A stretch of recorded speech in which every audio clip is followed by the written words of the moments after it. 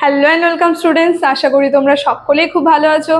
জ্ঞানজ্যোতি coaching সেন্টারের পক্ষ থেকে তোমাদের সবাইকে আরও একবার স্বাগত। তো আমি মীরা ম্যাম, আমি আজকে তোমাদের সেমিস্টার থেকে আবার একটি নতুন টপিক নিয়ে চলে এসেছি। আজকে আমি তোমাদের সঙ্গে যেটি আলোচনা করব সেটা হচ্ছে তোমাদের বাংলা বিষয় থেকে দৃষ্টান্ত অলংকার কাকে বলে এবং দৃষ্টান্ত অলংকার বলতে কি বোঝো, এর উদাহরণ নিয়ে আমি তোমাদের সঙ্গে আলোচনা করব। আলোচনাটি শুরু করার আগে দেখো বোর্ডের কর্নারে তোমরা দুটো নাম্বার দেখতে পাচ্ছ। এটা হচ্ছে আমাদের জ্ঞানজ্যোতি কোচিং সেন্টার হেল্পলাইন নাম্বার। এখানে কিন্তু তোমাদের অনলাইনে ক্লাস করানো হয় এবং তার সঙ্গে তোমাদের নোটসও দেওয়া হয়। তোমরা যদি আমাদের সঙ্গে অনলাইন ক্লাসে যুক্ত হতে চাও এবং নোটস পেতে চাও তাহলে এই দুটি নাম্বারের সঙ্গে অবশ্যই যোগাযোগ করো। তাহলে বেশি কথা না বাড়িয়ে আমি আমার টপিকটি শুরু করছি। প্রথমেই বললাম আজকে আমি তোমাদের সঙ্গে যেটি আলোচনা করব সেটা হচ্ছে দৃষ্টান্ত অলংকার। দৃষ্টান্ত অলংকার প্রথমে দেখো আমি এখানে সংজ্ঞা দিয়েছি, উদাহরণ দিয়েছি। এই সংজ্ঞাটা তোমরা লিখবে না, হ্যাঁ, সংজ্ঞাটা আরো বড় হবে কারণ আরো বড় লিখতে লাগবে, তোমাদের এক্সামে থাকবে 3 মার্কস। ওর জন্য সংজ্ঞাটা আমি তোমাদের মুখে আলোচনা করব। আমি যখন বলবো লিখতে তখন তোমরা একটু খাতা বের করে লিখে নেবে। তো আমি তোমাদেরকে আগে কনসেপ্টটা ক্লিয়ার করি যে দৃষ্টান্ত অলংকারটা কি। তো এক লাইনে আমি যদি তোমাদেরকে বলি দৃষ্টান্ত অলংকারটা একটু যদি বোঝাই, দেখো খুবই সহজ। একটা হচ্ছে উপমেয় আর আরেকটা হচ্ছে উপমান।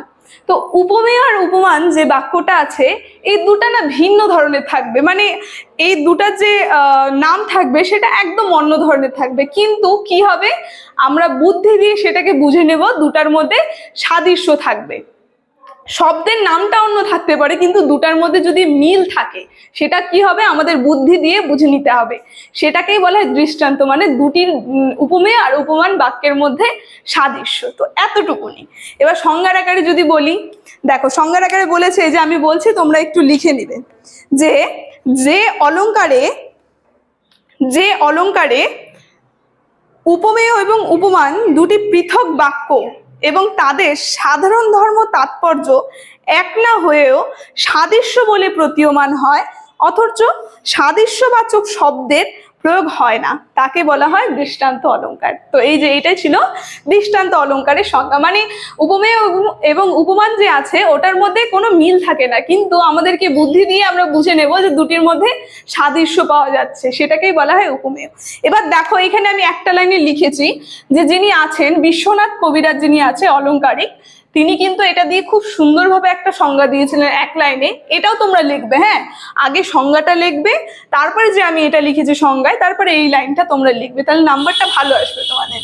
দেখো বলেছে তিনি যে সংজ্ঞা দিয়েছেন দৃষ্টান্ত অলংকারে, বলছে দৃষ্টান্তসু সাধ্য ধর্মস্য বস্তুন প্রতিবিম্বম।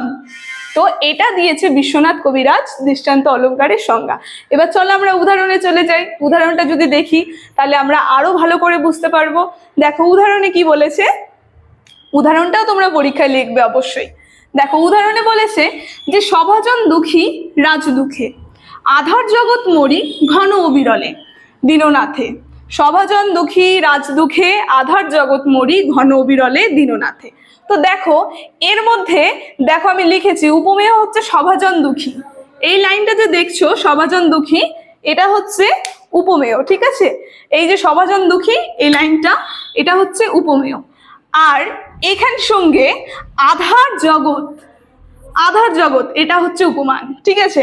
দেখো এই দুটাই কিন্তু ভিন্ন ভিন্ন জিনিস। সভাজন দুঃখী একটা আলাদা শব্দ আর আধার জগৎ একটা আলাদা শব্দ, কিন্তু এটার মধ্যে আমরা মিল দেখতে পারবো।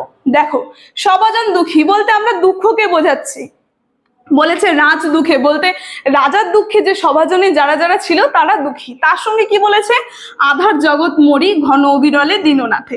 দীননাথ বলতে ভগবানকে বোঝাচ্ছে, ভগবানের দুঃখে মানে ভগবান না থাকায় তেমনি এই জগৎ কি আধার, এই জগৎ একটা দুঃখী, এটাও দুঃখই বোঝাচ্ছে। তো এই যে দুটার মধ্যে মিল নেই কিন্তু আমরা কি হচ্ছে মিল খুঁজে পাচ্ছি। এটাই ছিল দৃষ্টান্ত অলংকারের উদাহরণ। তো আশা করি তোমরা বুঝতে পেরেছো।